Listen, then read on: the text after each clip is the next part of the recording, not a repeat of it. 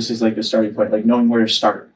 What's a thing that could help like knowing where to start? Just start writing all of the parts of the idea down on paper. Oh, Yeah. Draw circles around like the different groupings of things, and then once I have like all of the thoughts of the project put down on paper, then going, okay, which of these things depend on something else? Yeah. So that kind of sounds like the concept that I've heard of, like a brain dump of just like everything onto the page. I feel like it's a little bit different than planning everything out, but I just picked the one thing that the game would not work without.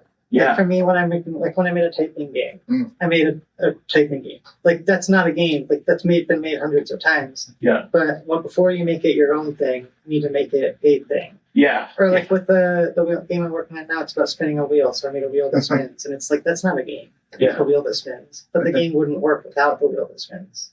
Exactly. So like breaking it down to the smallest parts that it The needs. most essential part. We would get people coming into the meetup sometimes. What's your interest in game dev? And people would say like, oh, I want to make a game that's like this MMO and it has this thing and this thing. And it's like they would always start with these ideas that sounded huge. When I would like learn more about how much they've done, a lot of times people haven't even started with something super simple. And we would tell people like, why don't you start with like making a box on it and then making it move with arrow keys. and then like a lot of games use that kind of thing. And then you could start with something like really simple like that. And there are a lot of people where they were so stuck on like, which engine should I use or which this or that or whatever that they didn't get started.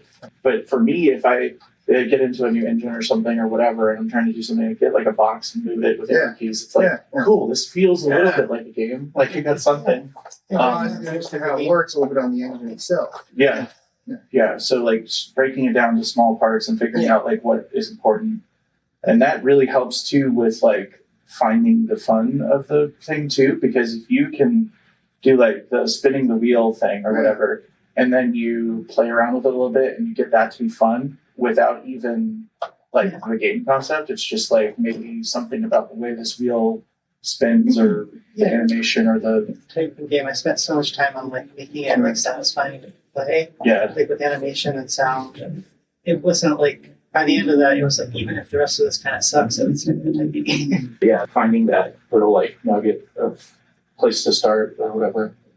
So that's a really good way for the architecture thing. Like just figure out like what's the most important thing to the little thing, and then anchor everything off of that. Oh man, I never really thought of it that way. It's interesting.